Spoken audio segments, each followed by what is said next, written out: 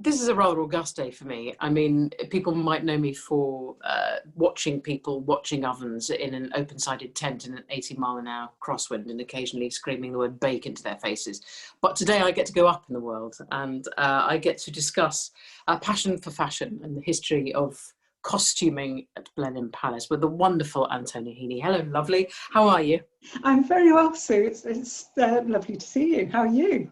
I'm very, very good. I have to say, I have experienced some of the things that you talk about in your book directly, because I was lucky enough to be involved in a social history show for the BBC called Supersizers, where I was sort of primped and preened and shoved into various sort of costumes.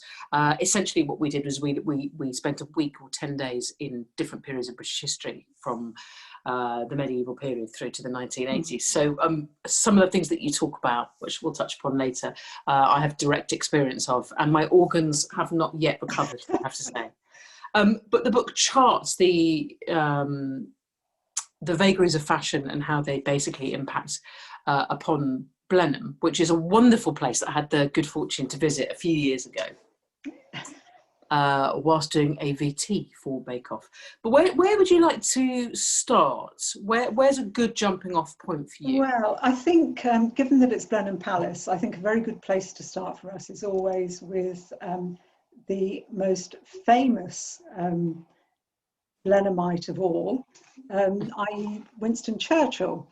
Never heard of him. Come on. You would have, I'm sure, seen his bedroom the day you went to Blenheim and had a little look at that cake.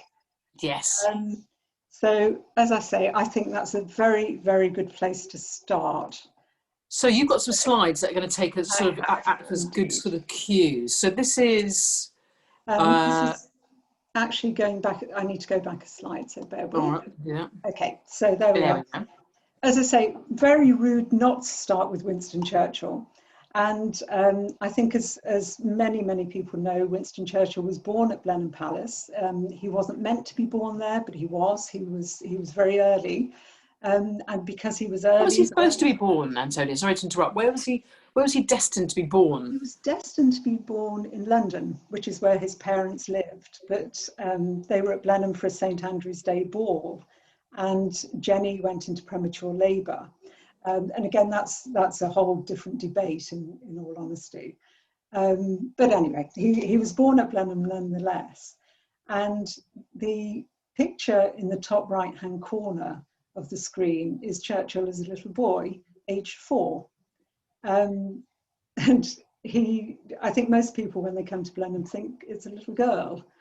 And yes, because the ringlets and they're sort of things that rather erroneously we associate with little girls. But as you point out, the gender definitions of sort of long tresses and certain colours didn't apply in that period.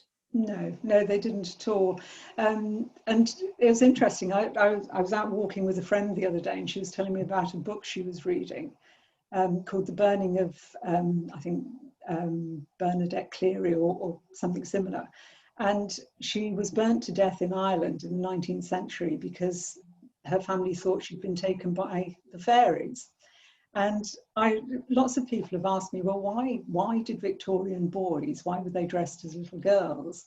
And not only was it easy for toilet training, so it was far easier to change linen underneath these wonderful smocks that they wore, but also the Victorians were afraid that the male children would be exchanged for malevolent spirits or fairies, and that's where the expression "away with the fairies" comes from. You see, I was thinking how that's great. I was thinking, oh, that's how wonderful that there was this sort of single uniform that boys and girls had. But of course, social history being what it is, it was simply to protect the men rather than in any way to create a sort of balance between the sexes. They were very important, obviously.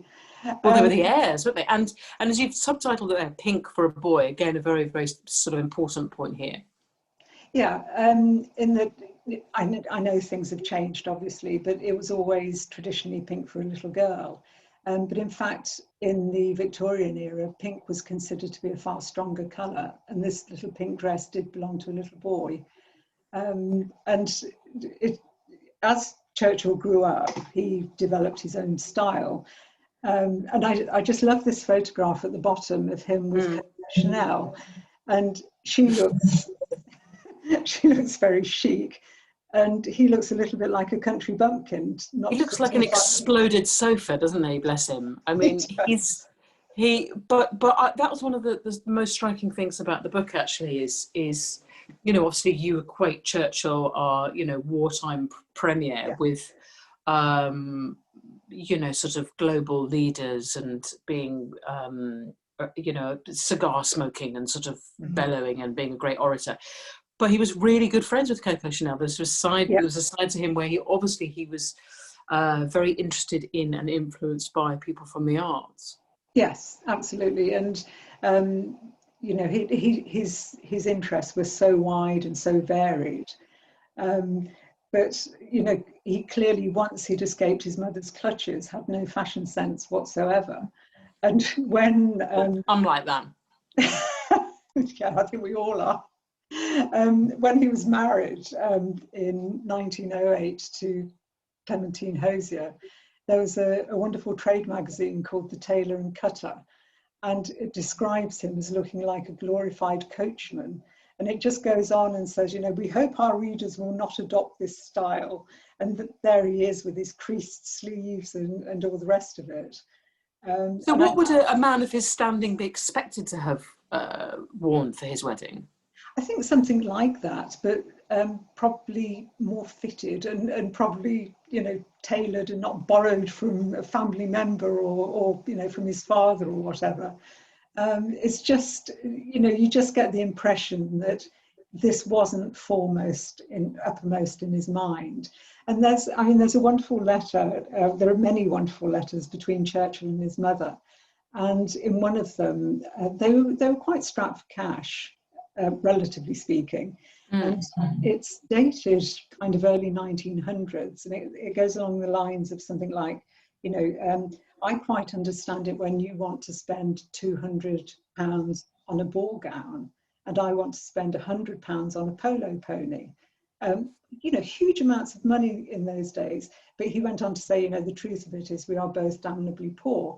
Now, his mother was clearly into fashion in a big way. Churchill was actually a very, very good polo player. So there you go. And well, it's extraordinary to me that a ball dress is twice as expensive as a sort of prestige, pony for sporting events. Yeah. I mean, that's one hell of a ball gown, isn't it? It is indeed. I mean, it's extraordinary when you think about it. Absolutely extraordinary. And it still interests me that this idea that the male children were in pink, because I grew up and it was very much blue for a boy and pink for a girl. And for those who sort of moan and kvetch, now we're losing something, this all sort of new, as gender identity obviously is at the forefront of discussions, quite rightly. Yeah. That's, a great rebuttal to that traditional sense is actually, it's fabulous. Churchill was in pink, so stop it. Stop deciding that little boys have to wear one thing and little girls have to wear another. It's just a social construct, and it's subject to change and to new imaginings. And I find that really heartening. Actually, it was a really interesting part of the book. Where are we going to next? We are going to go back in time, in actual fact. So this is in fact, I should have just put in some incidental music there, I think, don't you? So, Honi soit qui mal y pense, which is, so you people who think evil do evil. Am I translating that? Yes. Yeah. Evil be to he who evil thinks. And it's the motto of the Order of the Garter. And this is the fourth Duke of Marlborough, who was Duke from 1758 until 1817 in his Garter robes. And the Garter robes haven't changed to this very day. And when you see the procession in Windsor, they're all wearing these magnificent velvet cloaks and carrying ostrich plumed hat, etc. But it's the suit underneath that's the real star of the show. And on the left is a typical court coat. And the men in the 18th century were every bit as colourful as the women, if not more so. Yes. And, you know, the embroidery, the richness of the thread, you know, gold thread, silver thread, solid silver buttons. But the thing I love about this photograph is that the man that had this made was quite a canny man. And can you see it's got the yellow plain bits on the Yes. front? And of course he knew that you couldn't see those bits. And so, you know, why spend all that money on having fancy dancy bits when you don't need to see them? Very, very clever. Very clever indeed. And the other thing with his name was George, one of our many George dukes, is that he's wearing this amazing wig.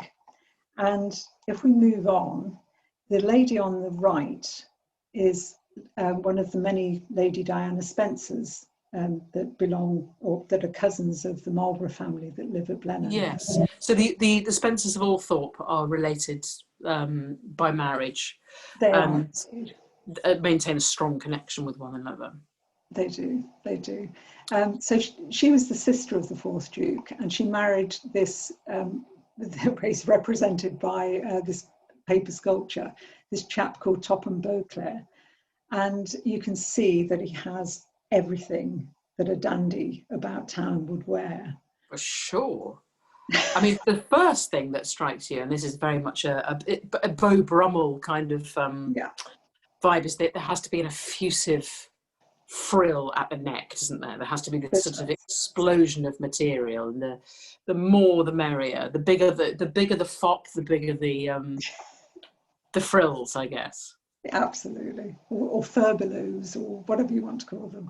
And it's a tight waistcoat as well, a tight coat rather than a more flamboyant affair. Yeah, very tight, and again, a lot of these dandies were corseted as well. So that would help, you know, squeeze them in. And we'll talk more about corsets if we may a little bit later. But of course, it would help shape their athletic figure, certainly. But what I love about this in particular is the wig that he's wearing. And then in his right hand, he's holding this little teeny tiny tricorn hat that can then just perch on top of it. I mean, that would look, I mean, I say faintly ridiculous. It would look enormously ridiculous because, I mean, I don't even know his arms are long enough to actually get to the top of that periwig, to put this ludicrous little donut thing on top. But there's a lot of, the shoes are quite plain, aren't they, there? They're kind of, because I suppose the jazz hands, the main attraction is happening all around here and on the, what would you call these? These, it's kind of a corsage, and, you know, it would have helped keep off the smells and goodness knows what else. But so just to go back to the shoes, his shoes are very plain, but the way they decorated them would be to use buckles. And again, the buckles could be metal, they could be paste, they could be diamonds, they could be, you know, whatever you wanted them to be. Diamond buckles, my word. Absolutely. I mean, for most people, of course, walking the streets of London would be a fairly torrid affair, bearing in mind the rope and sewers. But you'd have to know that you had a strong carriage that was going to get you from A to B, and that you were never going to set foot on a street, really. Well, presumably you would have a nice strong footman to give you a piggyback through the street should anything happen to your carriage, because I'm darn sure you wouldn't put your foot in there. But it's all sort of conspicuous expenditure, and it's all still very much that sort of aristocratic, let's get the bling on and with no shame just disport ourselves around town. Absolutely. And in fact, the fourth Duke, who we just saw, had a very special servant called a running footman. And the running footman was employed to run in front of the carriage and announce that a very important man was on his way. But again, very handy if the carriage fell into a rut, and he could, you know, they were always very strong, very athletic. He'd be able to lift the carriage out and, if need be, carry the Duke through the muck. So you write a lot about the livery and the cost of the livery involved in some of these, you know, the footmen and various sort of attendees of these grand houses. But the running footman, as you say, was almost the the peacock. So announcing in all the splendour that somebody really important was on their way. But there's also a terrible story about a footman who ran, was it from Windsor to London? Yes, yeah. Well, the Duke challenged him to a race, and again, it wasn't unheard of. You know, this was quite a common sport to either have races between carriages and running footmen, or between, you know, I bet my running footman will go far faster than yours. And the poor chap expired at the end of it, but he did beat the Duke. But I think that's the definition of a Pyrrhic victory, isn't it, really? It's something like 96 miles, and he was doing, wasn't it 11 miles an hour or something, he said? And he was, something like that. I mean, yeah, absolutely insane. So where are we going to next? Well, we're staying with wigs just for a little while, because I think there's so much to be said about them. And yeah, so we saw Topham's wig. Now, some people had wigs and some people added to their hair. They had the equivalent of hair extensions as we would know them today. yeah.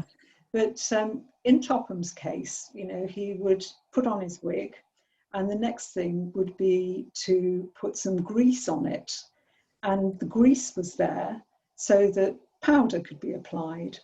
And you would go into a special powder room, and you can see this gentleman, he's sitting with something to cover his jacket, and he's got this conical mask to his face, while the hairdresser is using his swan down puff to sprinkle the powder.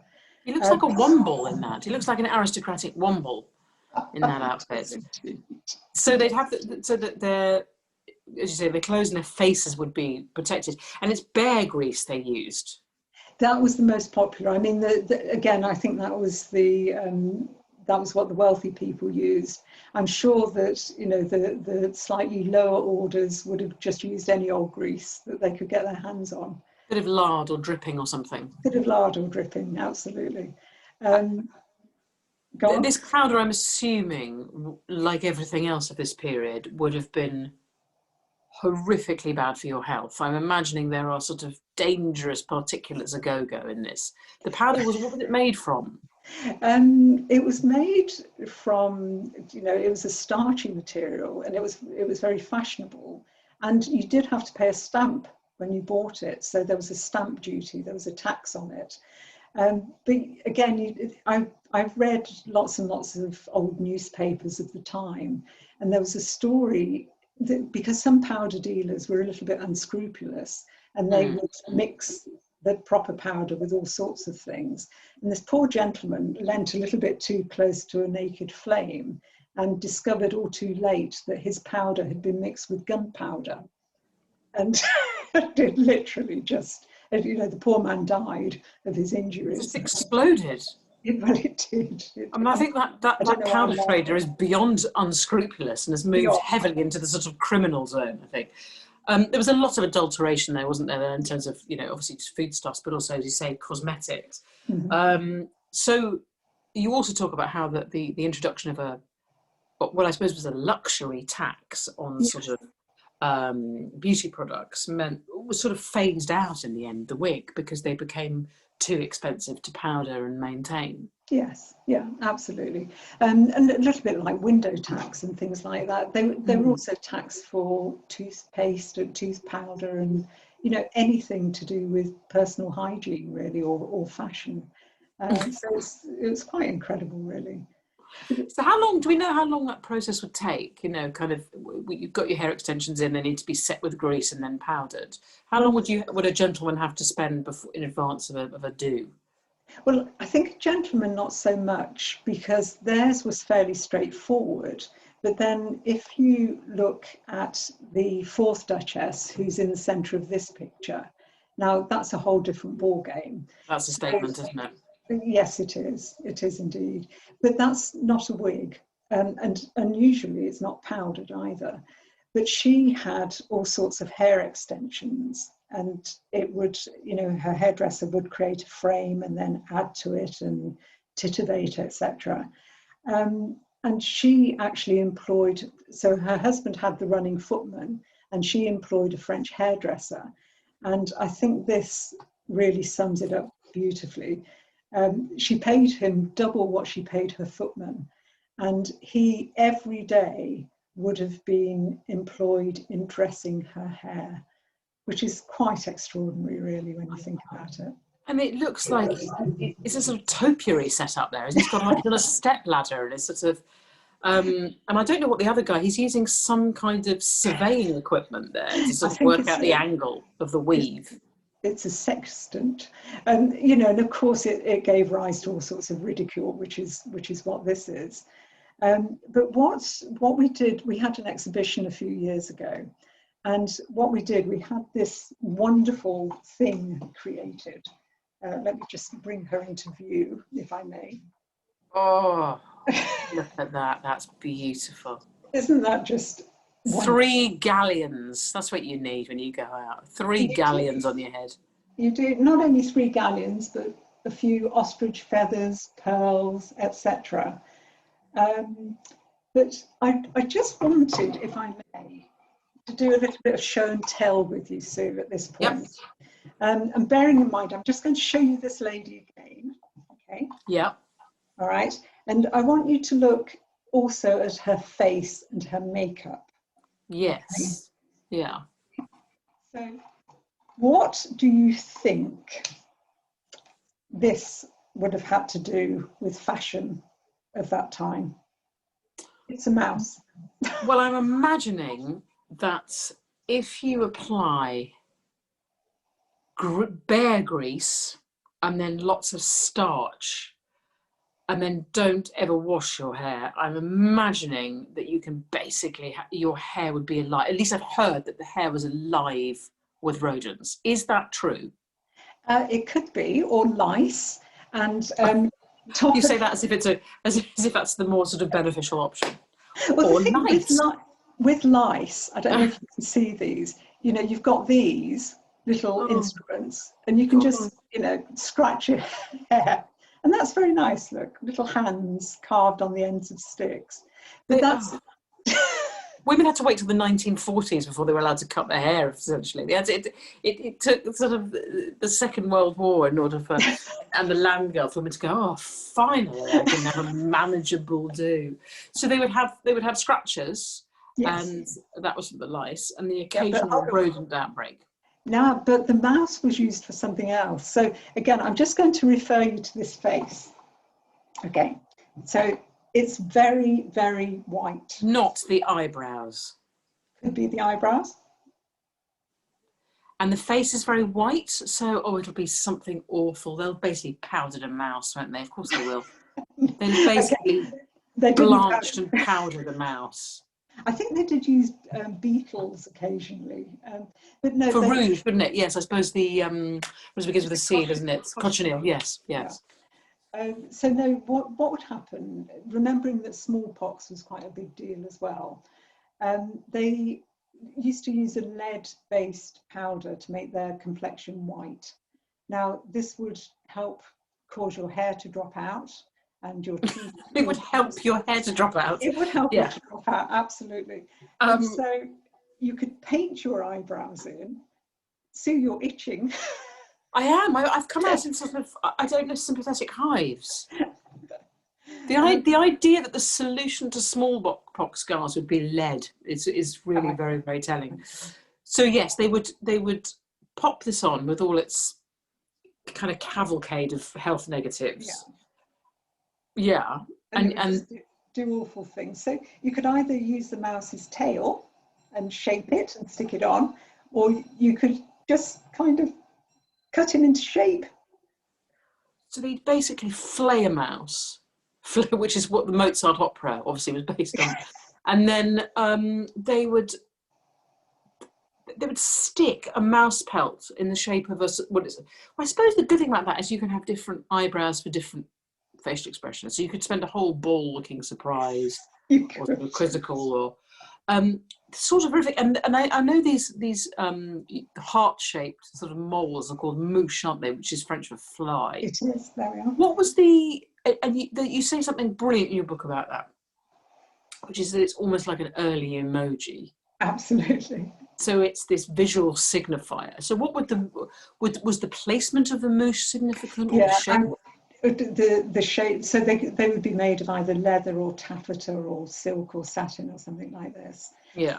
And where you place them would indicate your mood, your political allegiance, etc., etc. So they told all sorts of stories with them, really. They're extraordinary. I'm amazed these women lasted a year. I mean, I know that the very heavy base, makeup was worn by Elizabeth, and her face, I mean, her teeth had fallen out, and Yeah.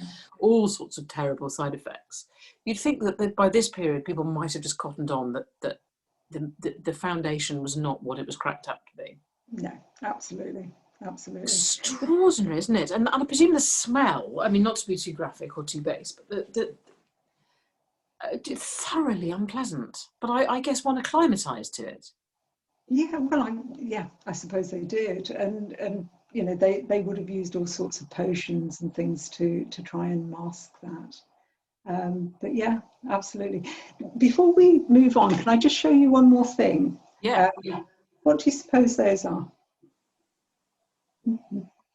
Right. Well, I mean, they look like the shape of scissors, obviously, but the tongs or something, or is that So about right? it is absolutely right. And if we just go back to that slide, so the chap who's doing the tweaking, can you see that he's actually got a pair of these tongs, and he would have heated them over a little spirit lamp, and then teased the hair, which was either horse hair or human hair, into shape. Because they bequeathed hair, didn't they? You'd get, grandma would die, and then you'd get a sort of metre of her hair sort of passed down. Yeah. Or her wig. Or her wig with galleons. So yeah, I mean, an early hot tong. I mean, you've got to commend their sort of powers of inventiveness. That's extraordinary. They were extraordinary, absolutely. Imagine now seeing these women. We would be so shocked. They would be so it's so overdone in this sort of into a modern sensibility. But that's amazing. Did you not have to wear a wig for one of your?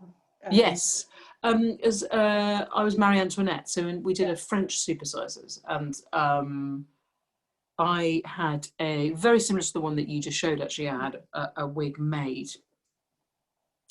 which was not a metre high, because in your book you say sometimes the wigs would be a metre high, but I had one that was pretty, I'd say probably 50 centimetres, and the weight of it was punishing. Really? So by the end of a long day, you would really, really, really feel the weight of it. You'd start to get sort of slight compression in your neck.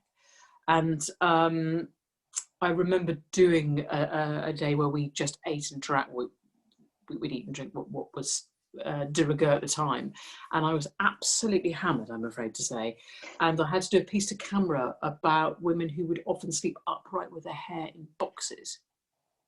I don't know if this was particularly a French aristocratic thing, but sometimes when the coiffure was so intense, they had another big do, they would just basically slump up against a wall, and a courtier would basically enshrine their hairpiece in a box. So we did that.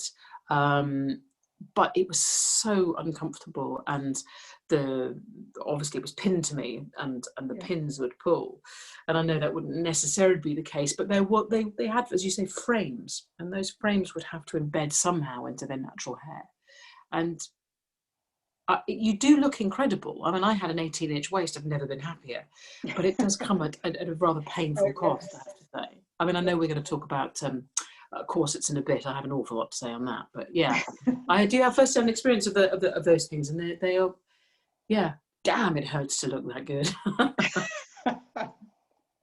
Okay, well let's move on to corsets. So these are the portrait on the right is one that hangs in the palace, and it's of the current Duke's grandmother, and it was painted in the late 1920s. And the portrait on the left is Winston Churchill's granny, and it was painted in the mid 1800s. And there's just over 80 years between the two of them. And if sorry, between the two portraits, I should say. Yeah. And if you think we're now about 90 years on from when the portrait on the right was painted, so the dress that Duchess Mary's wearing is something that you could wear today.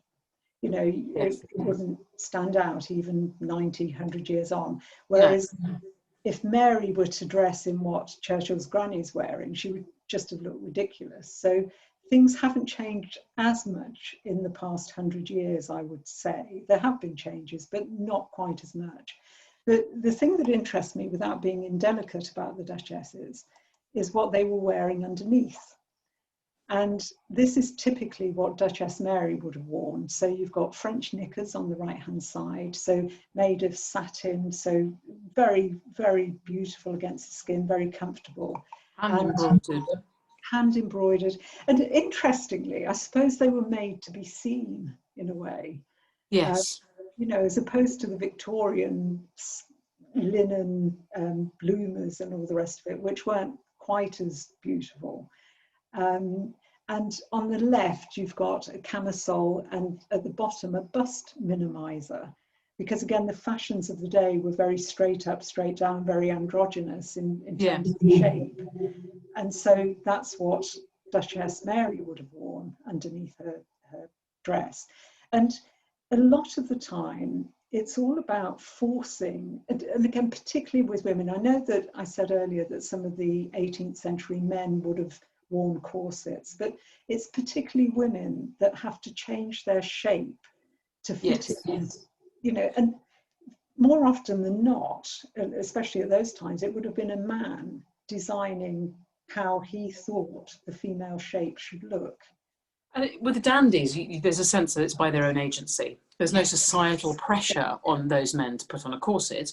It's simply we feel tribally affiliated to this sort of aesthetic. And so we volunteer to put our bodies in this sort of restrictive cage. Whereas you say with women, it was just a societal norm and that's what they did. And from a very, very early age, they were trussed and bound. And, you know, I often sort of think about foot binding and Chinese traditional culture and the outcry about that. But our own social history is full of physical contortion done in the name of fashion and tradition. And as you say, it was entirely the men saying, actually, this century, we'd like our women to have this shape. And usually, well, for a lot of it, a tiny waist, and almost like that sort of, like you're sat atop an enormous toilet roll, you know, that kind of huge crinoline.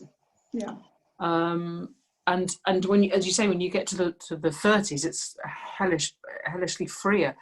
Oh, there you go. So this is what we're talking about. Yeah. So on the left, well, this is the sort of thing that Duchess Duchess Frances would have been wearing in the Victorian times, and the corset on the left gave a 19.5-inch waist, and you were saying that you had worn something similar to that. Yes, and it took two very, very experienced. I mean, I was very lucky during the making of that show. We worked with two costumiers who were absolutely at the top of their game and worked on a lot of period costuming. In fact, I think one might have worked on Pride and Prejudice, more of which later, but they knew their onions. And, you know, I was in proper kit, and it took both of them pulling with all their might, pulling and pulling and pulling to configure my body. And I mean, I was a lot lighter then than I am now. I was certainly, I was not carrying a lot of extra timber, but even so, it was painful. And you feel your ribs starting to just slightly shift, and certainly your organs displacing, even just in 10 days. And when you take off the corset, you have these welts across your body. And again, these were original corsets, and they were padded, and they had, you know, the whalebone had, you know, linen around it to try and protect you. But even so, I mean, it did feel like being in a clamp.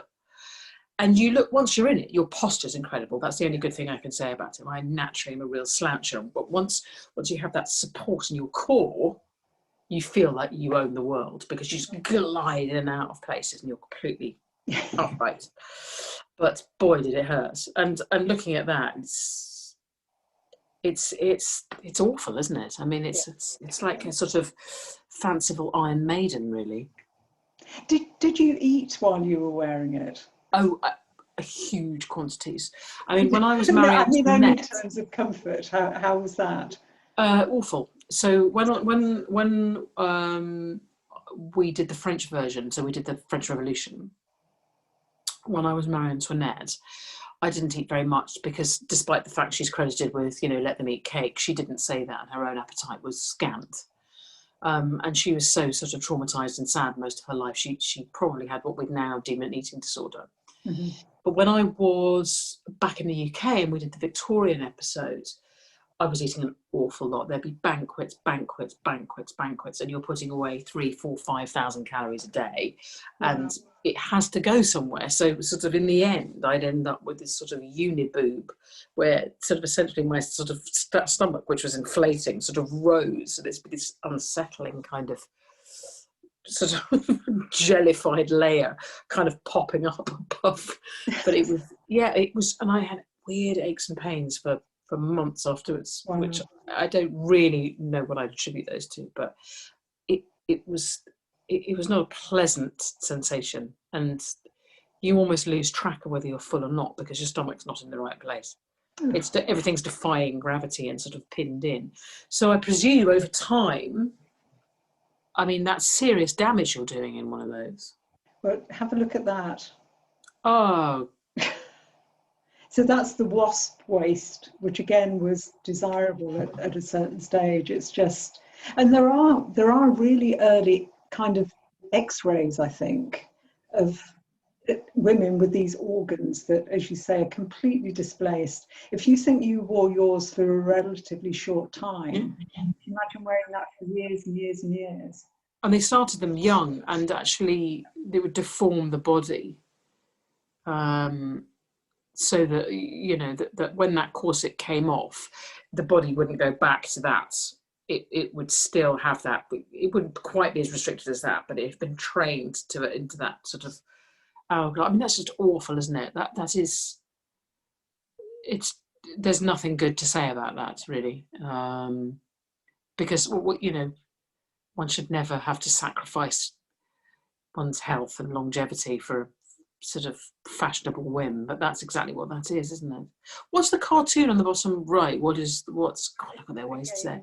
It always gave rise to cartoonists and things like we saw with the wig, and this is just meant to be a comical view of the extremes that people would go to lace themselves into these really, really tight corsets. But you think of, again, it's whimsical. It's that Victorian sort of aesthetic, whereas before in the sort of the Hanoverian, the sort of thinking Empire line, and I mean I'm certainly not a social historian, so forgive me if I'm getting it wrong, but a much looser affair, much freer. I mean, I think there was an element of corsetry there, but it certainly wasn't. Nothing in comparison. And also before these kind of extreme, more Victorian corsets, ladies would wear stays. Now, I just want to, again, just do a quick kind of show and tell. Have you come across one of these before? What is that? I know it's going to be something awful. I don't know. No, it's not. I promise. I'll stop. Is it a stake where they just hammered in the corset there? Yeah, if they wouldn't put their corsets on, they just used to bash them. Yes. Yeah. So before, in the 18th century, they would wear stays, which were kinder, and they, although they looked narrow, they kind of just smoothed you around a little bit, as it were. Yeah. But you mentioned how good your posture was when you were wearing your corset. Well, with the stays, they used to pop this down the front. It's called a stay busk. And so there'd be a special pocket at the front of it, and you'd just pop it down there, and it would keep you nice and upright.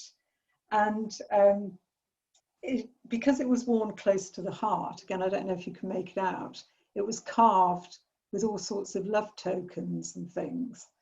And so it would be given by a man to his wife or mistress or whatever as a token, as a love token. And nothing says I love you like a sort of a wooden stake, a posture stake. But yeah, I mean, within the context of it being sort of probably quite painful, that is it. I love that about history when you see these engraved, personalised little artifacts. Yeah, she was loved, and boy was she upright. Absolutely. Well, one of the duchesses, the ninth duchess, who was an American lady called Consuelo Vanderbilt, she was corseted, and you mentioned starting them off very young.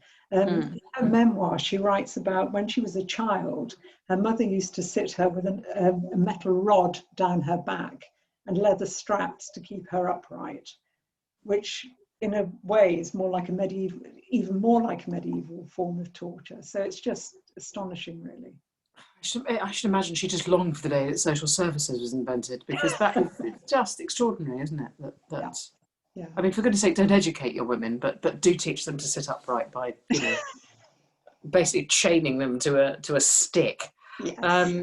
So those are some more examples there of those beautiful the yes. stakes. Yeah. We'll move on. And I might treat myself and put a light on. Am I disappearing into the gloom? Shall I put a light on? Yeah. Or am I all right? All right. I think you're okay, but yeah. I'll go and do that. Okay.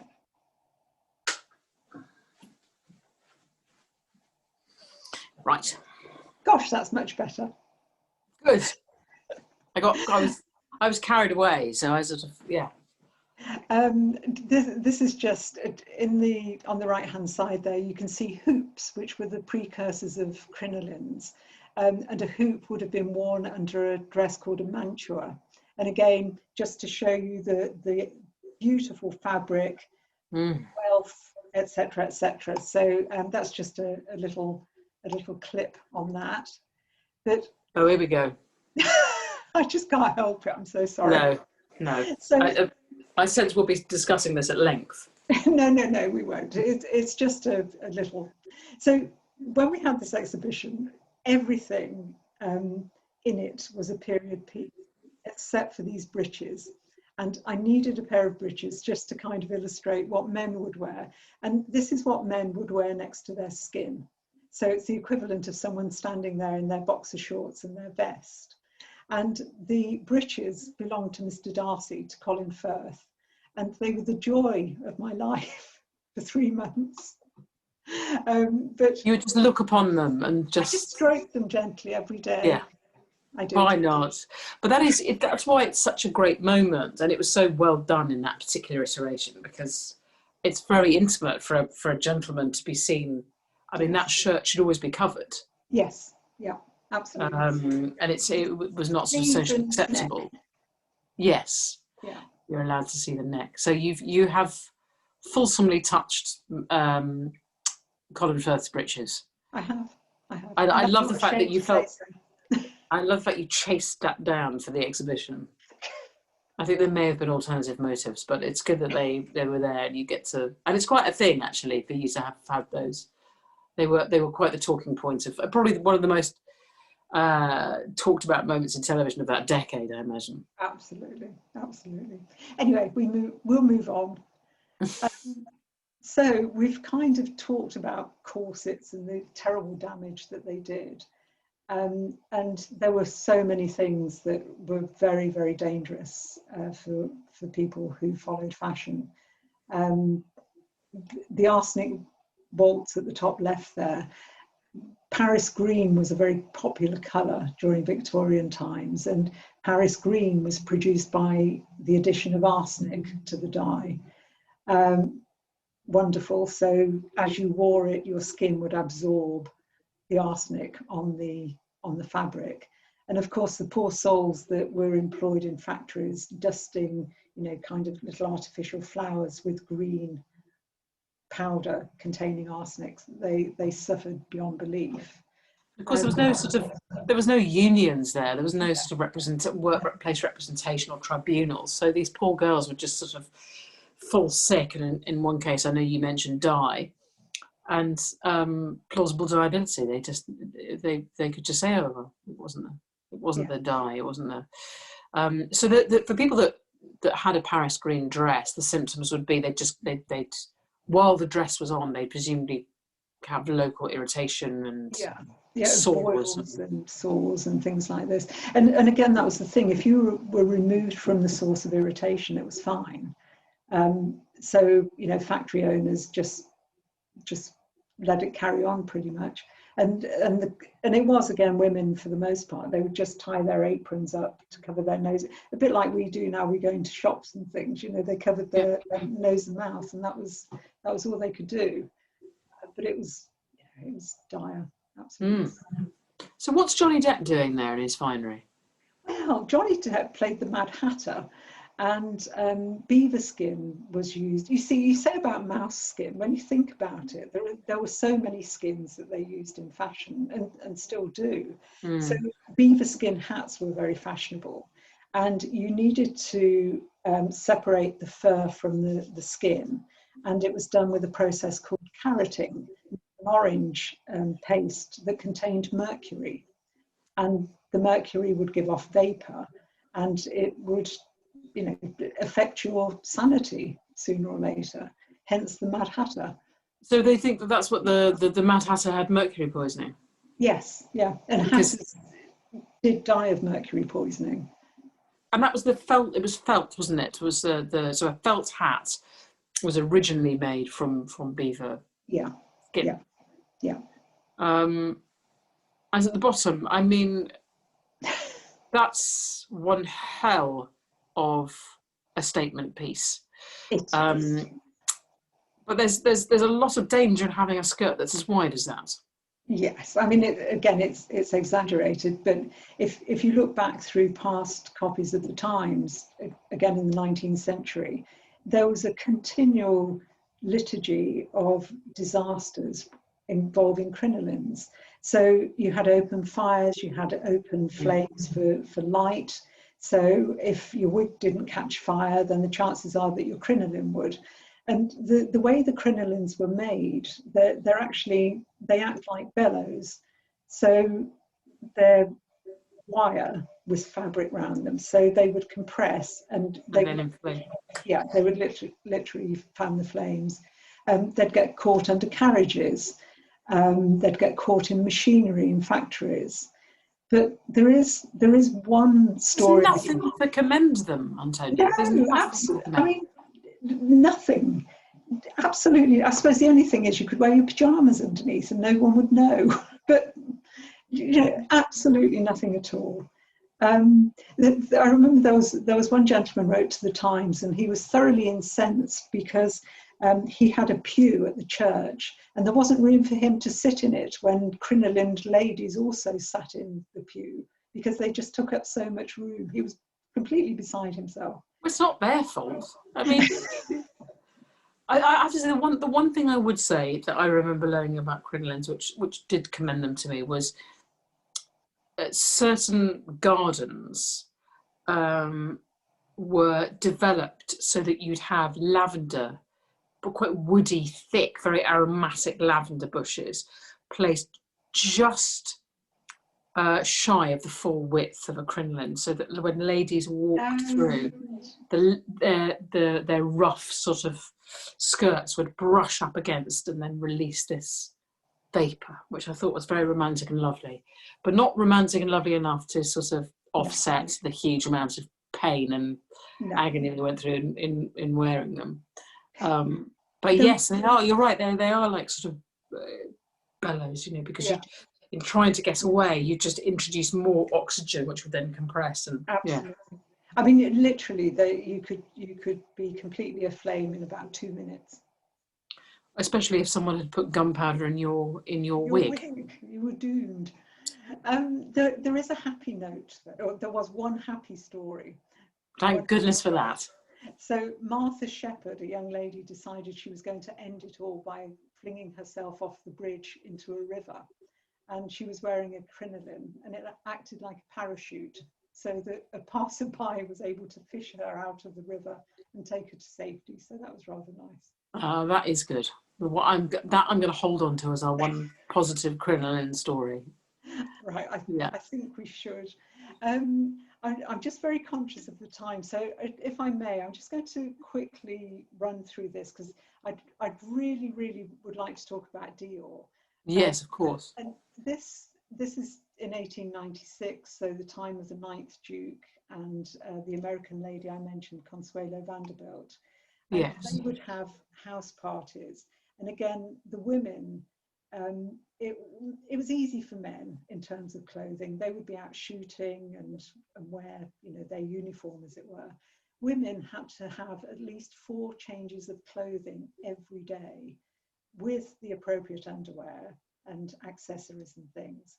And for a 4-day stay, then that's 16 outfits, and you weren't expected to repeat an outfit at all. Well, you know, it's just ludicrous. bonkers, isn't it? Yeah, it is bonkers. Exactly that. Yeah. But again, just moving on, we had great fun with shoes in the exhibition, and the pair in the top right hand corner there go right back to the early 1700s in actual fact, and they were made of satin, and shoes at the time weren't made for a left or a right foot, and the shoe you can see at the bottom has gauche written in it, so left. So as you wore them, you would put a little sticker or write in them or indicate which foot you generally put them on, which was rather nice. And that centerpiece, the shoe there in the cabinets, is in your book. There's a bigger photo, zoomed in photo. It is the most stunning shoe I've ever seen. And that was called the Marie Antoinette. Yeah, for people that well, they can refer to the book, but the clasp is an embroidered head, isn't it, of Antoinette? So she's sort of slightly looking down, and the main element of the clasp is this huge wig, and it's so beautiful. It is, and she actually had you know, a couple of ships in full sail on that buckle as well, which was rather nice. Absolutely. And the fact that there's then a portrait of Louis XIV just above her, and with his very fancy dancy shoes as well, it seemed a good place to put her. He's very pleased with his calves, isn't he? He's getting those on display. Oh yes. Delighted with himself. Right. So that was. Oh, sorry. Yeah, sorry to interrupt. So that was specially sent to you, wasn't it? That shoe. Yes, it was. So because of the Louis XIV connection and the fact that he liked to wear red heels, and he actually decreed that it was only nobility in France that were allowed to wear red heels. It made me think of Christian Louboutin with his red soles, which are a trademark. And so I eventually managed to find the right person to speak to. And I said, is there any chance we could have a pair of shoes? And they were absolutely fantastic. And they said, yes, of course you can. And they said, well, would you like us to send you a catalogue? And I said, oh, yes, that would be nice. And I'm expecting a little teeny tiny catalogue. PDF or something, yeah. Absolutely. And this great big leather-bound book arrived. And we just sat and flipped through, and really they're works of art. They're not just shoes. Yes. And came to the Marie Antoinette, and I thought, well, it has to be this. And they were great, and they said, we'll send you a pair from Paris, you know, from our headquarters, from our archive. And then they emailed and they said, we're terribly sorry, the shoes are broken, we can't send them. And I said, oh, okay, but we have got some in the UK, we'll send you those. Absolutely fine. And then I had another email saying, we've lost one of the shoes, and it just carried on and on. So in the end, we ended up with one shoe, and it was perfect. I have to say, I think as a single item, it's just, yeah, it's giddying. It's lovely. It is indeed. Yeah. So we met the Lady Diana in the middle before. Yes. So she was a Lady Diana Spencer. The lady on the left, now, can you see, if you see her shape, she's wearing stays. And as I say, it still looks very severe, but if you see her sideways on, she actually would have looked quite normal. Yeah. So that was fine. But I wanted also to just acknowledge the relationship with Lady Diana Spencer that we're all more familiar with. And the year we had the exhibition was actually 20 years since she died. And so I managed to get in touch with this lovely lady called Christina Stambolian. Yes. And she very famously designed what became known as the revenge dress. And we had it in the exhibition. Christina loaned us a couple of her sketches. And she was, we're still in touch. She's such a lovely lady. And she said that Princess Diana came into her boutique in Kensington with her brother. And she was just looking for, a cocktail dress. Mm.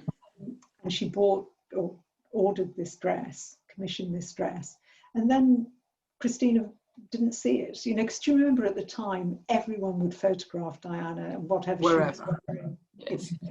And then it was the night that Prince Charles acknowledged that there were 3 people in the marriage, and it was the night of Diana's first solo engagement at the Serpentine Gallery, and this is what she wore, and that's what made the headlines.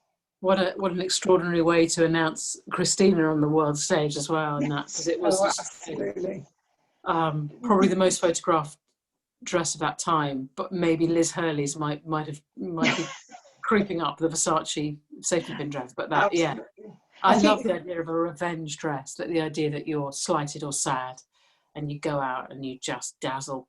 Oh yes, absolutely. It's the way forward. I might go for a revenge jogger. I'm slightly revenge onesie. I think it's more revenge sweat. You see, a onesie, Winston Churchill's invention. Back to the beginning. Yes, I was just thinking. I was sad we hadn't mentioned that, and now we have. It's good. Yes, absolutely. So Coco Chanel, no influence at all as far as fashion goes. Just went ahead and invented his onesie. Nothing wrong with a utilitarian one piece. That's all I'm saying. So we come to almost the crowning glory of we have of the thing, which is something I didn't know about, to my shame, which is the very strong connection that Blenheim has to Christian, the House of Dior, essentially. We do indeed, and this is a relatively recent photograph. So in 2016, Dior launched their Cruise collection for spring-summer 2017, and the palace was closed for 2 days, and you can see that the chairs are all beautifully laid out, and we have this amazing catwalk in the long library. And it was a day when it was pouring with rain, as it always is on these occasions, but it was a day when every celebrity of the fashion world, etc., was invited. And they actually chartered the Orient Express to go from Victoria Station to our local station, and brought all these celebrities, and then there were limousines to bring them to the palace, and they took their seats, and these very stern-faced models paraded their dresses, and the whole thing, guess how long it took? 10 minutes? 12 minutes. And it was staggering, absolutely staggering. That's extraordinary. Blink and you miss it. But then, as you say, like, different with Dior because those pieces form part of an archive. But with so many fashion shows, it is blink and miss it. So yeah. What a location! What a location! But we have history with Dior. So they didn't choose to come to Blenheim randomly. In fact, what they did was to hark back to the 1950s. And do you remember Duchess Mary that we saw in that black dress? So that's Duchess Mary. She was a huge supporter of the Red Cross, and she raised money for them throughout her life. And she was president of the local branch of the Red Cross. And you can see her here with Princess Margaret, who was guest of honour at the fashion show that she organised in 1954. And she's wearing, I think, the last beavers in Britain, the ones that hadn't been carroted. Absolutely. Then she had it made into a hat. No, she didn't. So, 1954, Christian Dior came and he showed haute couture dresses and gowns and things. And it took well over an hour to parade and show all these wonderful things. It was so successful, it raised about or the equivalent of £250,000. And you would have paid 5 guineas to attend, and you could attend, you know, it wasn't by invitation only. Oh, that's good. It's very good. It's very, I mean, 5 guineas was quite a lot of money in 1950. Of course. But the fact that it at least sort of notionally was open to all, and that it had a charitable arc was great. And that is his protege on the right, isn't it? That's Yves Saint Laurent. It is. So it was so successful in 1954 that they repeated the exercise in 1958. And Dior had died the previous year. So you're quite right. That's Yves Saint Laurent. Princess Margaret is the guest of honour again. And Duchess Mary's just leaning over her shoulder to give her some instruction, I dare say. Is he photobombing? Quite possibly. But what I'd like to do, if I may, is to just show you, it's about 2 minutes film of that 1958 show. And I think some of the things to look out for are the fact that the models are smiling, because in the 2016, they were, I mean, they just had such stern, strict faces, as I'm sure they were told to do. The models are all smiling. And if you look at the audience, all the ladies are wearing hats, except for the family members. So the Duchess isn't wearing a hat, and her daughters aren't wearing hats. So all the ladies, I should say, and her daughters aren't wearing hats because they're at home. But there was a wonderful report in the local paper, and it said that because people had bought tickets to come to this, then the Duke and Duchess weren't at home to them. So, you know, there was no kind of going up and saying, "Hi, Bert, how are you?" And yeah. But one last thing before I do show you the film. The other thing was that for £1, you could buy a raffle ticket, and the winner of the raffle ticket won a Christian Dior dress.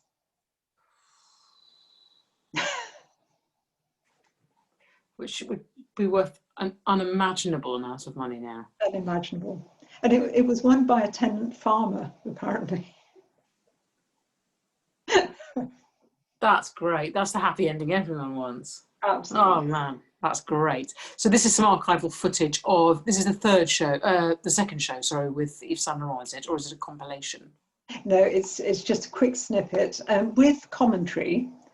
So, ready? Let's go. Come on, let's hear that old commentary. Let's hear that old commentary. At Blenheim Palace, a royal occasion. Princess Margaret received a bouquet from 8-year-old Hilary Coates, and the fabulous presentation of the Dior winter collection began. It raised money for the Red Cross, and the princess was the guest of the Duke and Duchess of Marlborough. Oh, sorry. 1,650 people paid 5 guineas each to benefit the charity, and see what the great fashion house of Paris plans for the smart woman this winter. What a setting for a fashion display. A short evening gown with chic and style, such as only the House of Dior, according to the House of Dior, can give.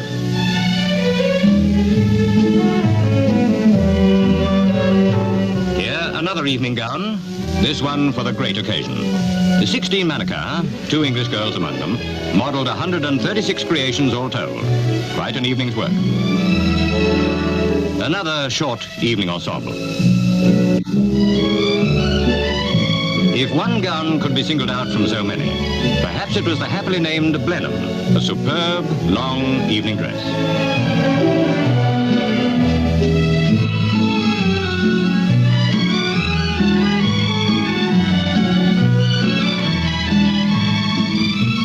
Dior himself is dead, but in the world of haute couture, it's the king is dead, long live the king.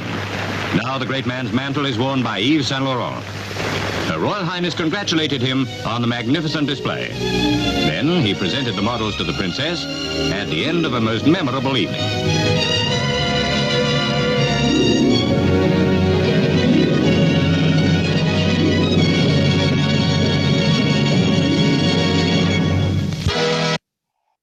Fabulous. Wasn't that magnificent? Absolutely fabulous, that. And it all made all the more special by the fact that, you know, people could, if they had them, you know, if they could raise the 5 guineas, they could come and see it. And it was so polite as well. And then this sort of high level sort of paparazzi, it was all just rather, oh, I like it. It's really lovely, really, really lovely. I don't know if you noticed, there was a lady in the audience smoking as well. Have they learned nothing from social history? I know. I learned nothing. So is that the end of your slides? It is. It is. I have. Is there anything we've missed out on? I don't want to. I want to make sure that we've covered everything before we bid farewell. There is a question has popped up from a Cordelia Keaney, and it says 2 questions. What's your favourite item of clothing kept in the Blenheim archives, and what is the most valuable piece? Now, it's an interesting question because we don't actually have an awful lot in the way of clothing in the Blenheim archive. No.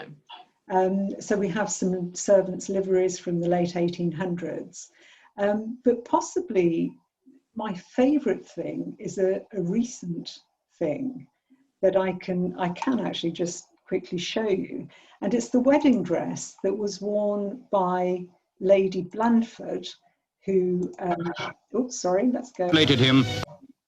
So this is the wedding dress worn by the Duke's daughter-in-law, and it's absolutely stunning. It was made by Dolce & Gabbana, and the reason history was made is that it was actually the first wedding dress that they made in the UK for a UK bride, and it was made in the traditional way, so it's a skirt and a bodice rather than a dress. And again, it's heavily boned and all the rest of it. So it was actually, you know, it's quite an interesting thing and incredibly valuable. Yes, I imagine. I like the idea of nuptial separates rather than the one dress. That is gorgeous. Yeah. And made in the UK. And that a departure, they're not using Dior but Dolce & Gabbana, but again a very venerable, or a bit more modern fashion house. Any more questions coming through from our beloved viewers? No, let's have a look. No. Maybe you've sated their curiosity so perfectly they don't need to. I really enjoyed that. Thank you so much for sharing everything, not only from the book, but also the show and tell. And I will have some of those lice scratches if you could just... Lovely. You wouldn't mind sending them.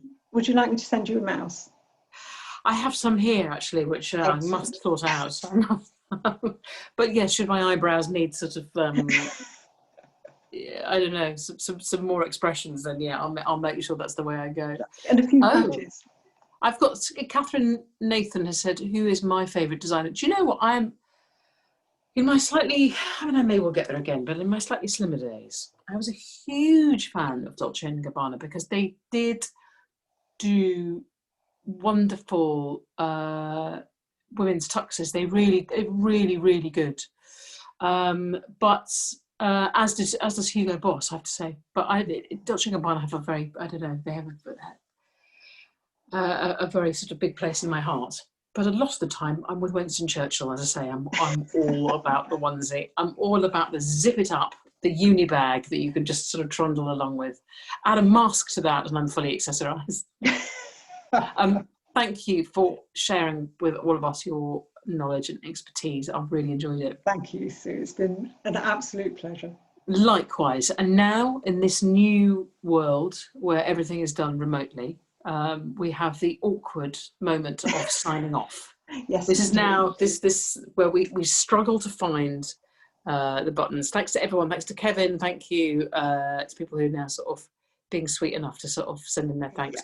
I hope to see you in the real world one of these days soon. And stay well. I have a puppy I need to show you. So yes. if that doesn't get you to Blenheim, I don't know what will. Oh no, I'm there. I mean, right. I just COVID regulations withstanding, I shall be there. Thank you guys. Take it easy. Thank you so much. Bye. Bye. Bye.